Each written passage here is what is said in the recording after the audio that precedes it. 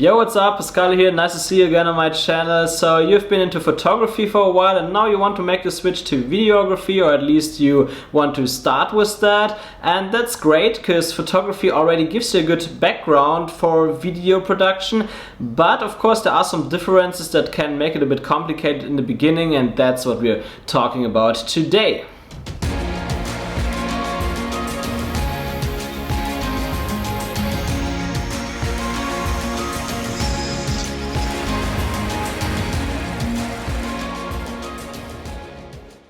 So photography is definitely a cool thing. Sometimes I actually wish that I would also do more photography because it's a bit easier, because you don't need to bring movement in your shot. You just take one picture, and of course a picture needs to be good, but in videography it's always that you also have to move your camera certainly and so on. Like, it's a bit more difficult sometimes than photo, especially when you have one shot where you just think, okay, that looks nice, but you don't know how you can make it work for video, and then you probably don't do it. And that's cool about photo. But of course, video is also a lot more interesting sometimes, because you just can do a little bit more. You can show more of one place by switching scenes, or you can actually tell more stories or better stories and so on, especially longer stories. So there is definitely an advantage in both areas, but they also have some other differences technically, and that's what I want to focus on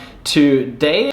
So there are two major differences that I want to talk about, and that is at first the type of footage that you get, and then of course how to actually use your camera for video compared to photography. So let's start with the files that you produce at first, because in photography you usually shoot in RAW, and that's a huge advantage because, well, you know RAW photos as a photographer, right? You can do so much with it. You can push the colors around, you can lift the shadows even if you like underexpose two stops and it still looks great. There's just so much you can do with RAW photos, and you usually don't have that luxury with video. Of course there is RAW video as well, but that's usually more for more expensive camera. There's right now only the Blackmagic Pocket Cinema for camera 4K on the market that is in a reasonable price for beginners that offers RAW video. But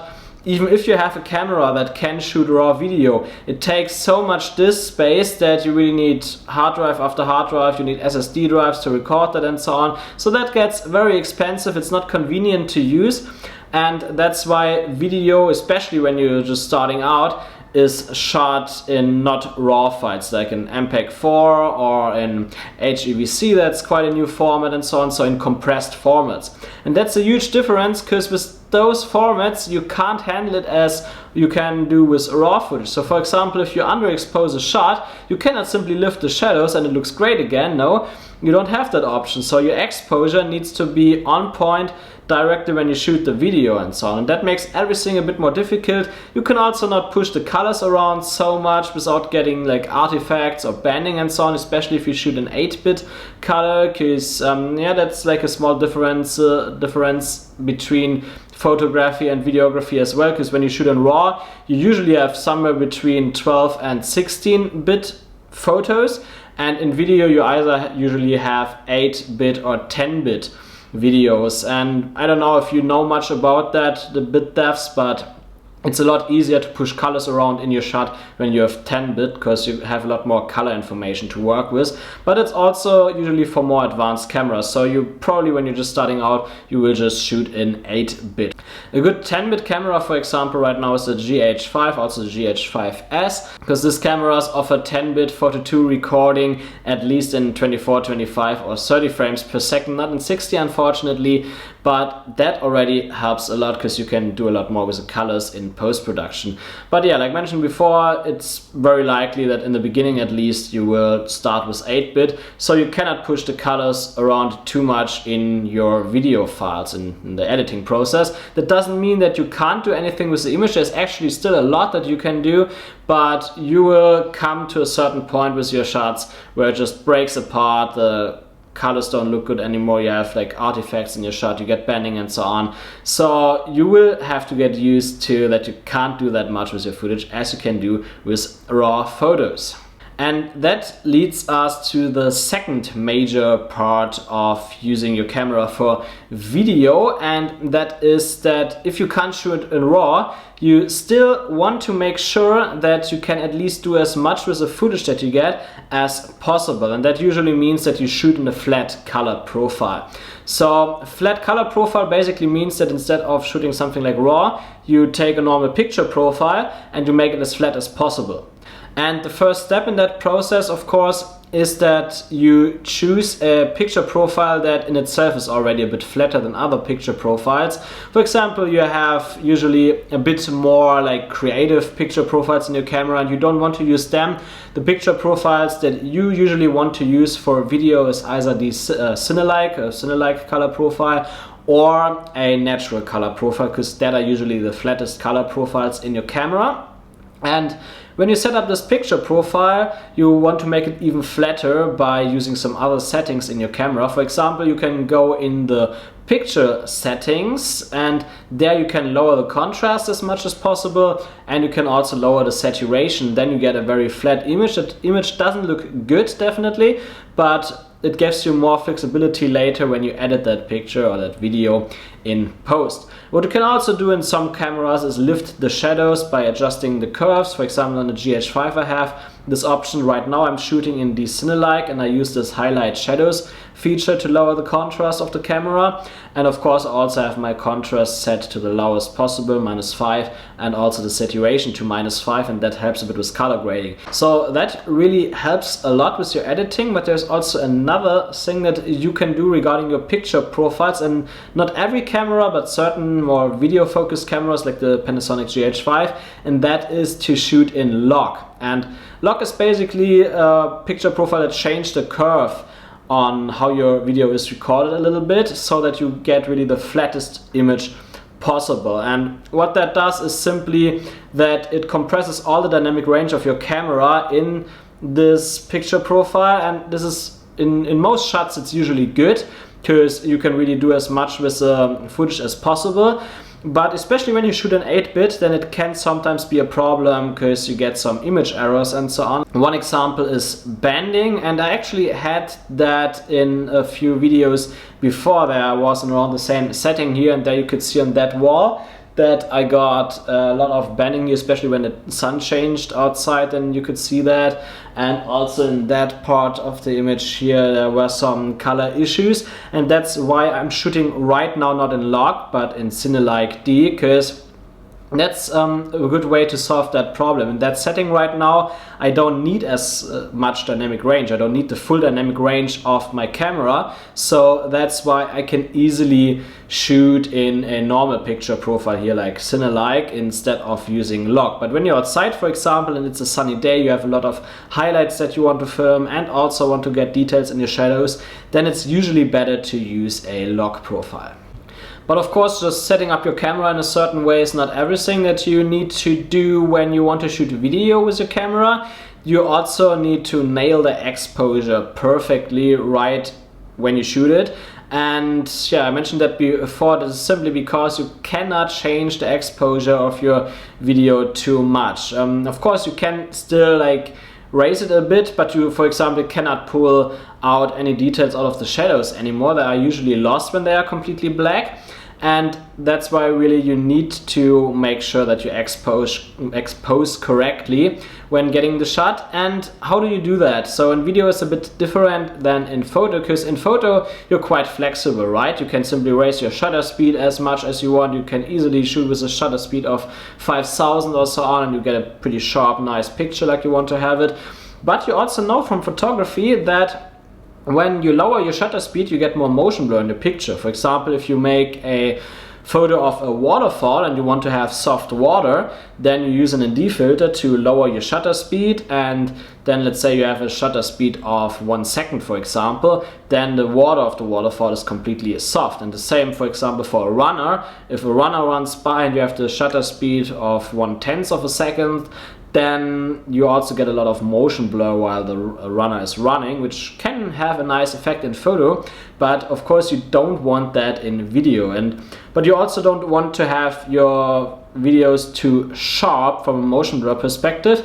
And that's why there's a basic rule that is called the 180-degree rule. That basically means that your shutter speed should always be twice your frame rate. So for example, if you shoot in 24 FPS, the perfect shutter speed would be 48 or 1/48 of a second. But the thing is, usually your camera doesn't have 48, so you shoot in 150, which is totally fine. And another example, I usually shoot in 60 frames per second and later publish it in 24, so my shutter speed is set to 125. Ideal would be 120, but the GH5 only has a 125 shutter speed. That's why I do it like that. So the reason why I use that rule is because then your motion blur of a moving subject looks very natural to the eye. If you have, for example, a shutter speed of 1000 or more, then it can look a bit sharp, and especially if you move your camera around, you can sometimes see some slight flickering on some like sharp edges, for example, and bushes and so on. That depends a bit on the camera and of course also on the lens setting. So for example, if those sharp edges are more in the background and your background is out of focus, then you won't see that. But especially with drone shots, for example, when you fly a drone and it's set pretty sharp and then you also don't have this 180-degree rule applied, then you can see that. And of course, if a subject moves pretty fast in front of your camera, then you can also directly see that there's no motion blur anymore, that sometimes it gets even ghosting, and that doesn't look as pleasing to the eye. And yeah, so that's why you should use that rule. So do you need to always stick to the rule? Because sometimes, of course, it can be quite complicated, and that's, for example, the case if you start out and you don't have ND filters with you and you're shooting on a bright sunny day, because then probably you can't even reduce your aperture enough to, or raise your aperture enough, sorry, to get the shutter speed as you want it to have, to stick to this 180-degree rule. And in that case, I would say in the beginning, it's most important that you learn about your camera, learn to move your camera and so on. So if you can't always stick to the 180-degree rule in the beginning, then just forget it at first. And when you get your ND filters later and so on, then you can try more experimenting with that. Because, for example, there are a lot of videos on the internet right now that are not shot using the 180-degree rule. I also, in a lot of cases, don't use the 180-degree rule because either right now, for example, with my new lens, I don't have ND filters, or in other cases, I just don't have the time to get the shot to switch my ND filter and so on. So in that case, I don't always stick to the 180-degree rule, but especially if I don't move my camera too fast, then it's not that obvious usually, especially because I usually don't have fast-moving objects in my shots, and then it's not that obvious. So yeah, 180-degree rule is definitely important, but not so important that you should get crazy about that, especially not in the beginning. But what else do you need to know for exposing your shots in videography? So from photography, you already know that your ISO should be as low as possible to prevent noise. Then you know right now that it would be good at least to have your shutter speed twice your frame rate. And from the aperture, I mean, it depends on your shot, of course. You can use the aperture to expose your shot if you want to stick to the 180-degree rule, but also it can be that you want to have, for example, the lowest aperture to get a nice spooky effect. And in that case, sometimes you just have to just expose over the shutter speed, especially if you don't have ND filters, and then you can just not do that much. And yeah, like these factors play the same together as in photo at the end. So if you lower your aperture, your image gets brighter. If you lower your shutter speed, your image gets brighter. And if you raise your ISO, your image gets brighter. But what you need to know is that simply because you can't underexpose so much because you don't shoot in RAW, you need to expose a lot higher. And the rule of thumb is usually to simply turn your histogram on in the camera and expose one step under where it starts clipping. So when you see like your histogram is going to 100 and it already touched 100, then you're a bit too far and you should get one step back.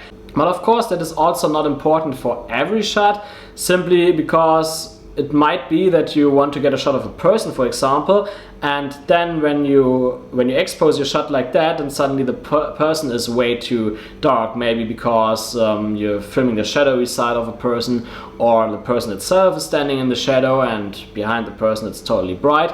And in that case it's totally okay to clip your highlight. So in that case I would expose for the skin tones so that they are somewhere between 50 and 70 IRE on your histogram, and then you can be pretty sure that they are in an area that you can use good for color grading and so on. Because it's very easy in the beginning when you stick to that rule to underexpose your shots, and then especially with skin tones it's very hard to recover them, and yeah, that makes everything complicated. So in that case it's totally okay to clip your highlights, but I think you also know that from photography, because even photos it sometimes looks good if you clip your highlights and then have maybe a person smiling in the camera while the sun is shining like at the side of the person and so on.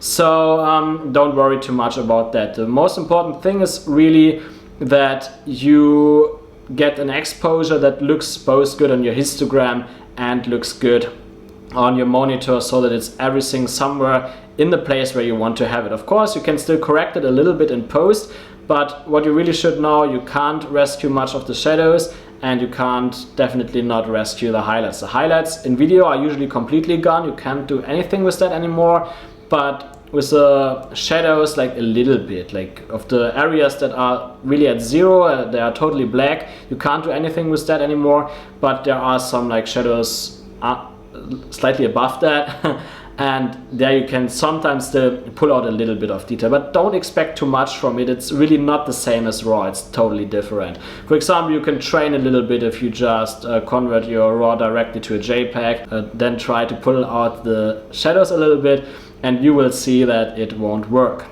And yeah, that's basically everything here that you would need to know when you come from photography and you want to start with videography. It's not too much, I would say. Basically all the rules that are already existent in photography apply also to videography, but you have to think about the video perspective, like that you're not dealing with raw footage, so you can't do as much as you want with it. And of course you need to expose your shot correctly and set your camera in a way that allows you to capture as much dynamic range from the sensor as possible. So I hope you liked that video and I gave you a good introduction to videography and you get nice shots in the future. If yes, then please hit the like and the subscribe button now, because I'm on a 30-day challenge right now, so I publish 1 video per day. So definitely check out my other videos and see you tomorrow.